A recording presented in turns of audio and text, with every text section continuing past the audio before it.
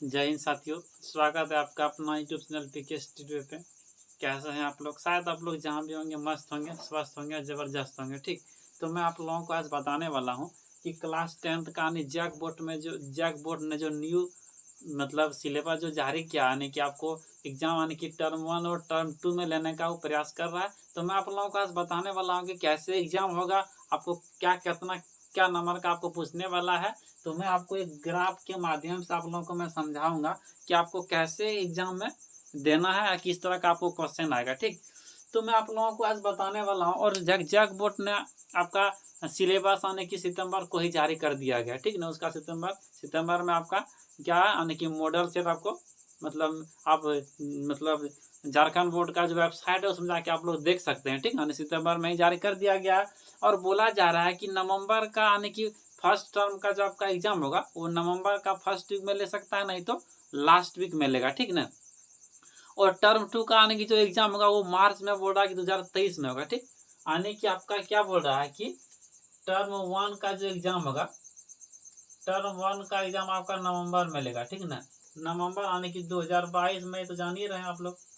और ये टर्म 2 का एग्जाम कब होगा, वो यानी कि मार्च में होगा 2023 में। ठीक, तो आप लोग थोड़ा देखिए ठीक से।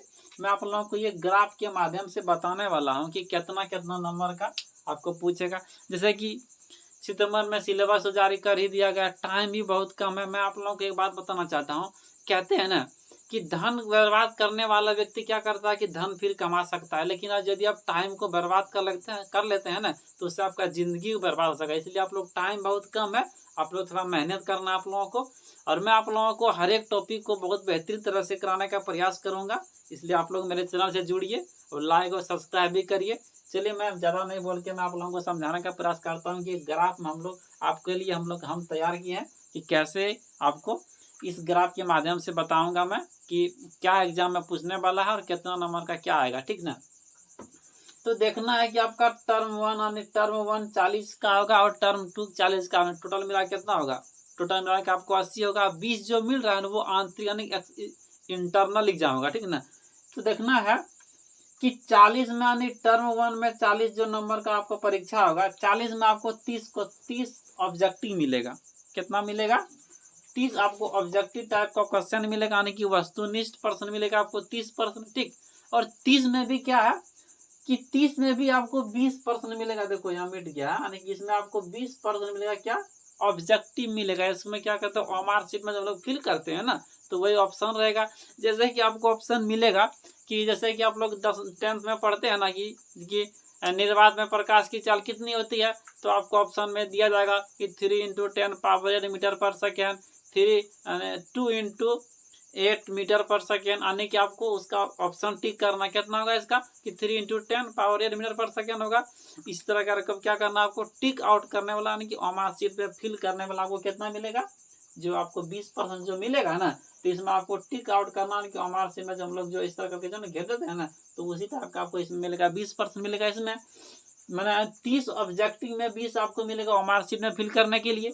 और उसमें आपको 5% मिलेगा आपको 1 वर्ड में आंसर देने के लिए, यानी कि आपको एक शब्द में आंसर देना है। ठीक, ये 5 हो गया। उसके बाद जो 5 नंबर का आपका क्वेश्चन रहेगा, और तो उसमें क्या होगा कि आपको एक सेंटेंस यानी कि आपको एक वाक्य में उत्तर देना है। ठीक ना, यानी देखो कि 30 में 20 हो गया ऑब्जेक्टिव, यानी हमार फिल करने वाला हो गया 20। ठीक ना, और उसमें 5 कितना हो गया? 5 हो गया आपको 1 वर्ड में, तो 20 5 25 हो गया। और जो 5 बच रहा है इसमें आपको 1 वाक्य में आंसर देना, यानी कि 1 वर्ड में। ठीक, तो 20 5 25 5 30 हो गया, और बच रहा है कितना? 10। तो 10 में भी आपको क्या करना है कि 2.5 अंक का आपको 3% मिलेगा। कितना परसेंट मिलेगा आपको?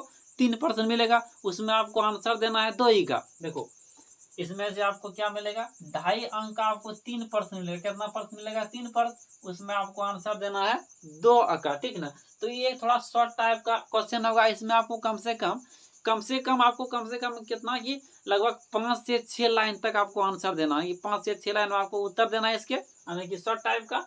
और देखो तो ये 35 हो गया। ठीक ना, 2.5 अंक का 2 यानी कि 5 हो गया।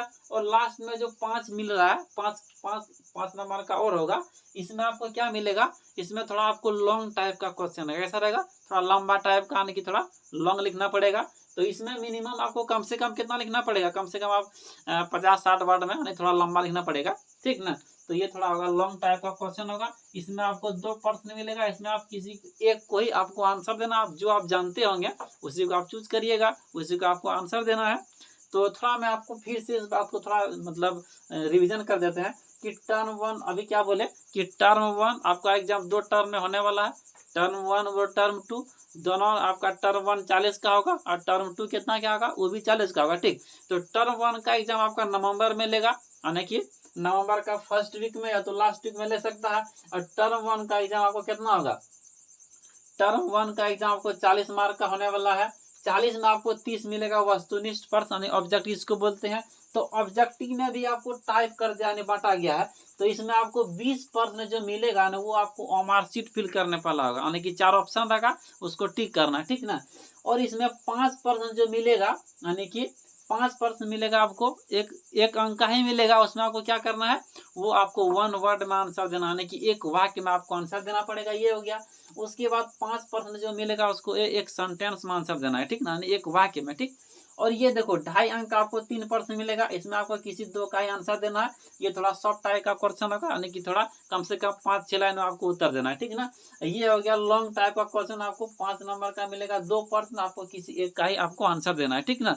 तो मैं आप लोगों को एक बात बताना चाहता हूँ कि जब आप पढ़ाई करने बैठे हैं तो ये सोच कर बैठे कि मैं आखिरी बार पढ़ रहा हूँ और कल मेरा क्या है, एग्जाम है, ठीक। यकीनन इस सोच के साथ की गई तैयारी एक अलग लेवल की तैयारी होती है, ठीक। और आप बड़े से बड़े एग्जाम को क्रैक कर लेंगे, ठीक ना। तो मैं आप लोगों को यही बात बताना चाहता हूँ। अब टाइम भी बहुत कम है, इसलिए आप लोग थोड़ा बढ़िया से पढ़िए। और एक पहले में एक मोटिवेशन बात क्या बोले थे आपको कि यदि आप धन को बर्बाद कर लेते हैं तो आप धन फिर कमा सकते हैं, लेकिन आप यदि टाइम को बर्बाद कर लेंगे तो आपको टाइम फिर नहीं मिलेगा। इसलिए टाइम बहुत कम है, आप लोग पढ़िए बढ़िया से। मैं इसका क्या करेंगे कि मैं आपको ये मतलब टॉपिक वाइज करके आपको मैं, यानी कि सब्जेक्ट वाइज आपको ऑब्जेक्टिव कराने का प्रयास करूंगा मैं बहुत बेहतरीन तरीके के साथ। आप लोग मेरे चैनल से जुड़िए। तब तक के लिए धन्यवाद। यदि वीडियो आप लोगों को अच्छा लगा तो इसे आप लोग लाइक से सब्सक्राइब करिए, अपने दोस्तों को भी शेयर करिए, ताकि आप लोग चैनल से जुड़िए। मैं आप लोगों को क्या करूंगा कि हर एक टॉपिक को मैं बढ़िया बेहतरीन तरह से आपको उपलब्ध कराने का प्रयास करूंगा। धन्यवाद।